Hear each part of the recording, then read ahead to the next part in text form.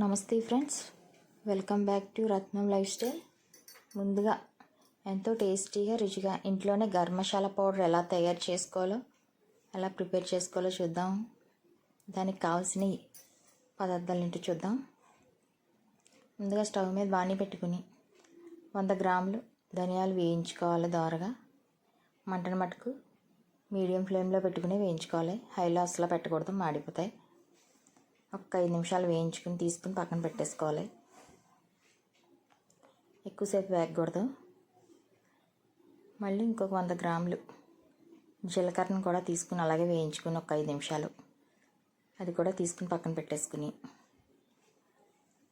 మనం మొత్తం 1/2 కేజీ వచ్చాయన్నమాట మసాలా సామాన్లు అన్నీ కలిపి అవన్నీ కలుపుకుని ఒకసారి అదొక 10 నిమిషాలు వేయించుకుని, అన్నీ వేయించుకున్న తర్వాత ఇవి 1/2 కేజీ అనమాట. ఇవి మొత్తం అన్నీ కలిపి లవంగాలు, దాల్చిన చెక్క, యాలక్కాయ, సహజే, అనాస పువ్వు, జాపత్రి, బిర్యానీ ఆకు, గసగసాలు కూడా ఉన్నాయి దీంట్లో. మొత్తం ఇవన్నీ ఒక 10 నిమిషాలు వేయించుకుని, మొత్తం అన్నీ వేయించుకున్న అన్నీ కలిపేసి ఎండలో ఒక 2-3 గంటలు పెట్టుకుని, ఎండలోంచి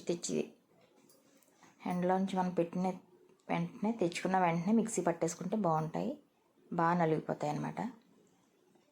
మనకి మసాలా 6 నెలల సంవత్సరం దాకా నిల్వ ఉంటుంది.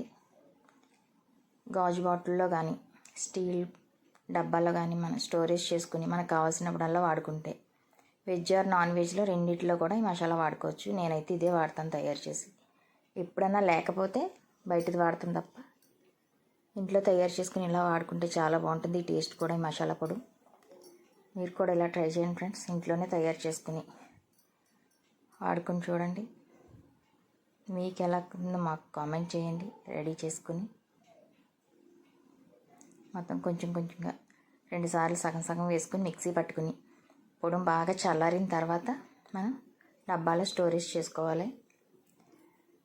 వెజ్ కర్రీలో అయితే 1 స్పూన్ వేసుకుంటే సరిపోతుంది. నాన్ వెజ్లో అయితే 2 స్పూన్లు వేసుకుంటే, అల్లం వెల్లిపాయ పేస్ట్ వేసుకుని ఇది 2 స్పూన్లు వేసుకున్నామంటే మనం సరిపోతుంది. కిలో కూరకి 2 స్పూన్లు వేసుకుంటే సరిపోతుంది మనకి. ఇంకా ఎక్కువైతే పెంచుకోవచ్చు, తక్కువ అయితే తగ్గించుకోవచ్చు.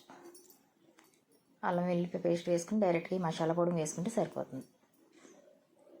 దీంట్లోనే మనం అన్నీ వేసి చేసాం కనుక చాలా టేస్టీగా రుచిగా ఉంటుంది ఫ్రెండ్స్.